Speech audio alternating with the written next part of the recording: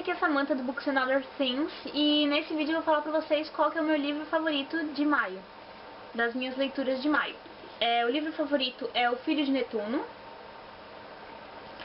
do Rick Riordan, que foi lançado aqui no Brasil pela Intrínseca, como todo mundo sabe. É o segundo volume da série Os Heróis do Olimpo. E nesse vídeo eu vou falar pra vocês por que ele é o meu favorito de maio. E alguns contras também, já que nada é perfeito e vocês têm o direito de saber os prós e os contras do livro. Então, primeiro um resuminho da história. Aqui a gente já vai ver o Percy, que ele tinha sumido no primeiro livro, ele não apareceu em O Herói Perdido. Só que ele não se lembra de nada. Então ele estava fugindo de umas górgonas, de uns monstros, e ele acabou parando no acampamento Júpiter, porque a loba Lupa, ela cuidou dele enquanto ele estava sem memória, treinou ele e mandou ele ir pro sul, se eu não me engano, que é onde está o acampamento Júpiter. Quando ele chega lá perto, a Juno, que é a Hera para os romanos, ela pede para ele carregar ela para dentro do acampamento, que seria meio que um teste. Parece ser um teste. E ele logo de cara já conhece o Frank e a Hazel, que são dois semideuses que eles estavam tomando conta da entrada do acampamento, e daí acabam ajudando ele e tal. Aí todo mundo já encara ele com desconfiança, porque ninguém sabe de onde ele veio, ele não sabe quem ele não tem memória, no caso ele sabe que ele é um semideus porque a loba falou pra ele, e ele é filho de Netuno, que seria o Poseidon. E os romanos, eles não gostam de Netuno, eles acham que os filhos de Netuno têm meio que uma maldição, digamos, eles trazem coisas ruins. Aí, mas ele acaba ficando ali e tal, meio que em espera pra saber o que vai acontecer com ele.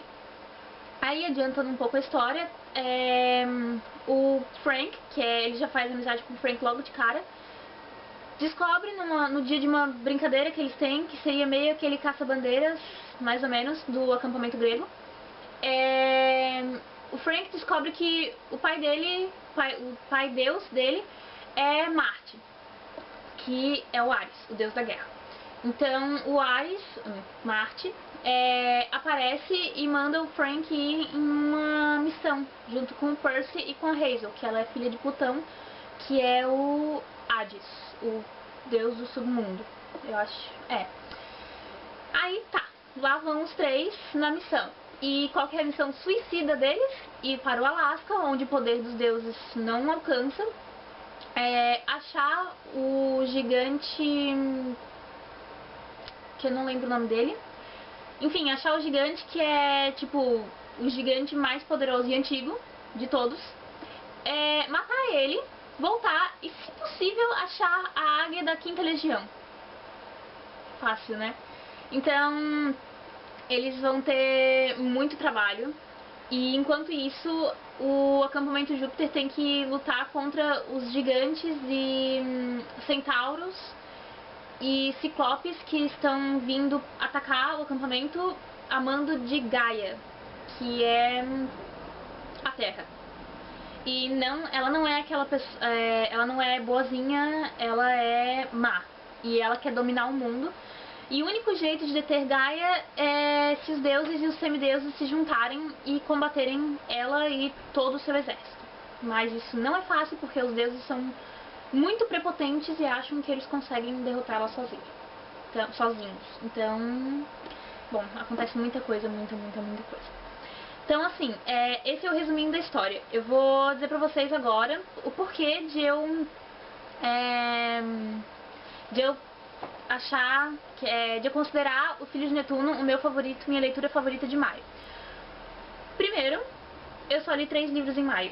Infelizmente, eu só li 3, foi muita enrolação minha e eu só consegui ler 3 livros. Segundo, eu adoro a escrita do Rick Riordan. Eu adoro mesmo, eu li toda a série Percy Jackson e os Olimpianos, eu tô lendo essa série agora, que é Os Heróis do Olimpo, e eu tô lendo a série As Crônicas dos Kane. Então, claro que é meio que uma base igual, assim, mas eu adoro a escrita dele, o jeito que ele consegue cativar o leitor E apesar de serem livros infanto-juvenis, pelo menos a série Percy Jackson era, se não me engano, no caso, qualquer um pode se identificar com a história, qualquer um pode gostar da história. 3. O livro tem aventura, tem comédia, meio tosca, na verdade, não é bem uma comédia. Na verdade eu rio quando o Percy cai numas enrascadas assim muito idiotas. Tem um mistério que é muito legal, porque a gente não sabe exatamente o que vai acontecer. Como é que eu posso explicar? A gente sabe o geral, entendeu? A gente sabe o contexto geral. Só que ele vai colocando pequenas coisinhas, pequenos mistérios para que o leitor se mantenha atento à leitura. Para que o leitor queira continuar lendo e saber o que aquelas pequenas coisinhas vão influenciar na coisa grande, no final, entendeu? E tem o Percy. Porque eu tava com saudade do Percy, é claro, ele não apareceu no último livro, porque o foco de O Herói Perdido foi no Jason, e no Leo e na Piper, eu acho que são esses os nomes, né? É assim que se fala, né? E então o Percy não apareceu e agora a gente tem um Percy desmemoriado, mas é o Percy. 4. Esse livro é uma base, ele não... Como é que eu posso dizer? O próximo livro é que vai ser foda. O próximo livro pelo menos é pra ser a briga dos deuses, a briga dos semideuses e os deuses contra a Gaia e toda essa história e tal. Então, esse é o propósito maior, essa guerra. Então, esse livro é só uma base, mas é uma base muito boa, porque a gente já conheceu novos personagens, já conhecemos a vida deles, nos afeiçoamos a eles, pra gente poder saber, pra gente já ter assim um conhecimento prévio do que vai acontecer no final, né? Bem prévio, porque muita coisa ainda pode acontecer. E 5, eu acho legal o jeito como o Rick Riordan consegue fazer a gente aprender sem perceber direito que tá aprendendo. Porque é mitologia romana, uma coisa que eu pelo menos gosto, e eu acho que quem lê a série tem que gostar, porque é a base de tudo. E ele consegue ensinar a gente coisas que são fatos, a mesma coisa que eu poderia estar aprendendo numa aula de história, que eu poderia estar dormindo nessa aula, tipo, que eu poderia estar achando chato, que eu acho que eu não acharia, mas dependendo do professor, né? E o Rick consegue ensinar pra gente, assim, que a gente aprende inconscientemente, sabe? E eu acho legal também que ele consegue pegar os fatos, coisas que realmente aconteceram, ou, né, que estão nos livros de história como se realmente tivessem acontecido, e ele coloca elas na sua ficção. Ele faz com que o motivo dessas coisas, desses fatos, tenham vindo da história dele. E eu acho isso muito legal e muito inteligente da parte dele. E agora os pontos contra. Eu separei 2 que eu consegui lembrar melhor dos pontos contra, porque, como eu disse, nem tudo é perfeito. Então, vamos lá. 1. É mais do mesmo.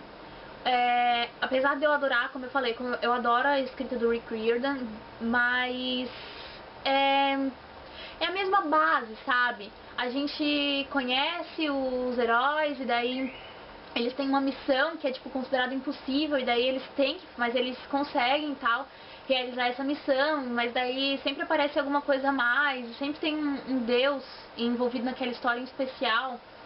E sei lá, ele podia, não sei, fazer alguma coisa diferente, que a gente realmente não soubesse o que esperar, sabe?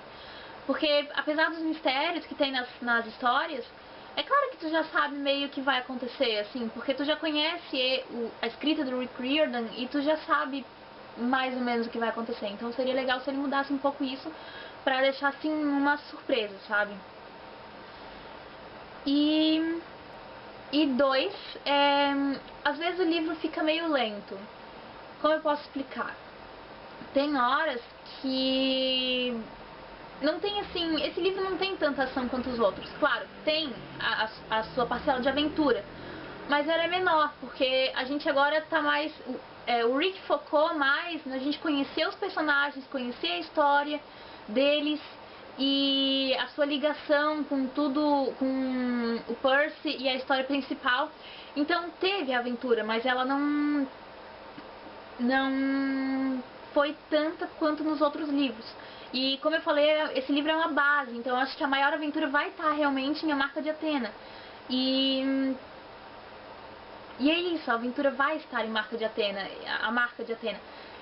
Então, esse livro, assim, teve um pouco menos, foi mais explicativo e tal, e às vezes isso, a narrativa se tornava um pouquinho lenta e... Claro que eu continuei porque queria saber o que ia acontecer, mas às vezes, sei lá, acho que algumas partes poderiam ter sido deixadas pra depois, por aí. E por fim, eu dou 4 porquinhos para o Filho de Netuno, que não é melhor que o Herói do Olimpo, mas conquistou meu coração também. E então é isso, um beijo e até o próximo vídeo do Books and Other Things. I'm forever yours, faithfully.